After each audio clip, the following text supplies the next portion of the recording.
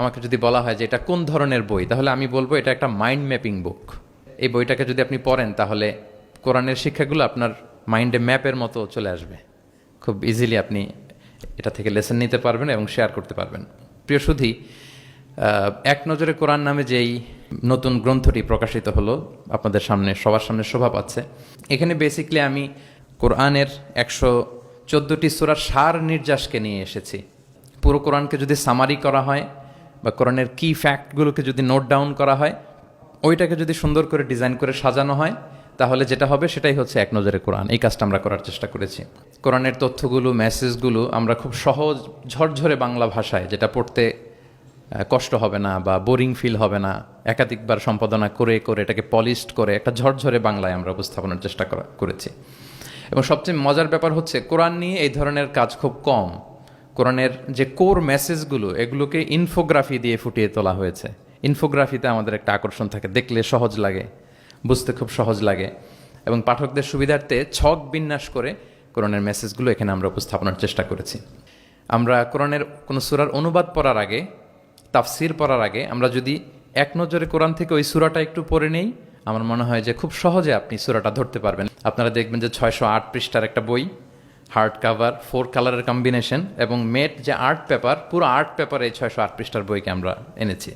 তো এটার দাম যেহেতু একটু বেশি হয়ে যাচ্ছে, আমি প্ল্যান করতেছি যে আমাদের তো কিছু শুভাকাঙ্ক্ষী ভাই বন্ধু আছে, তাদেরকে বলবো যে কিনে কিনে বিতরণ করবেন, এলাকার কোনো ইমাম, খাতিব, কোনো বক্তা যেন বাকি না থাকে। তো আমি আশা করি যে এই বইটি আপনাদের সকলের, যারা মাদ্রাসা ব্যাকগ্রাউন্ডের কিংবা জেনারেল ব্যাকগ্রাউন্ডের, সকলের উপকার হবে। আর কারো উপকার হোক বা না হোক, আমার খুব উপকার হবে। আমার আজীবনের জন্য একটা নোট হয়ে গেল। আমি ভেবে দেখলাম যে আমি তো তাফসির করতে হয়, ফলে এখন থেকে আমি যে কোনো সূরার তাফসির করার আগে আমি একবার রিভিশন দিয়ে যাব এখান থেকে। তো আমি বোধ করি এবং বিশ্বাস করি আমার যেহেতু উপকার হবে, আমাদের বক্তা ভাই যারা, দাঈ ইলাল্লাহ, খতিব, ইমাম, আলিয়া মাদ্রাসা কিংবা কামি মাদ্রাসার শিক্ষক, ছাত্রবৃন্দ, সবার এই বইটা বেশ উপকারে আসবে বলে আমি বিশ্বাস করি এবং আল্লাহর কাছে কামনা করি। কোরআনের শিক্ষাকে যে বিভিন্ন অ্যাঙ্গেল থেকে দেখা যায়, বিভিন্ন অ্যাঙ্গেল, হাজারো অ্যাঙ্গেল থেকে কোরআনকে স্টাডি করা যায়, তারই বেসিকলি একটা ক্ষুদ্র প্রয়াস হচ্ছে আমাদের এক নজরে কোরআন। আপনারা একটু পাতা উল্টালেই সেটা বুঝতে পারবেন। প্রত্যেকটা সূরাকে 16টা অ্যাঙ্গেল থেকে অ্যানালাইসিস করার চেষ্টা করেছি।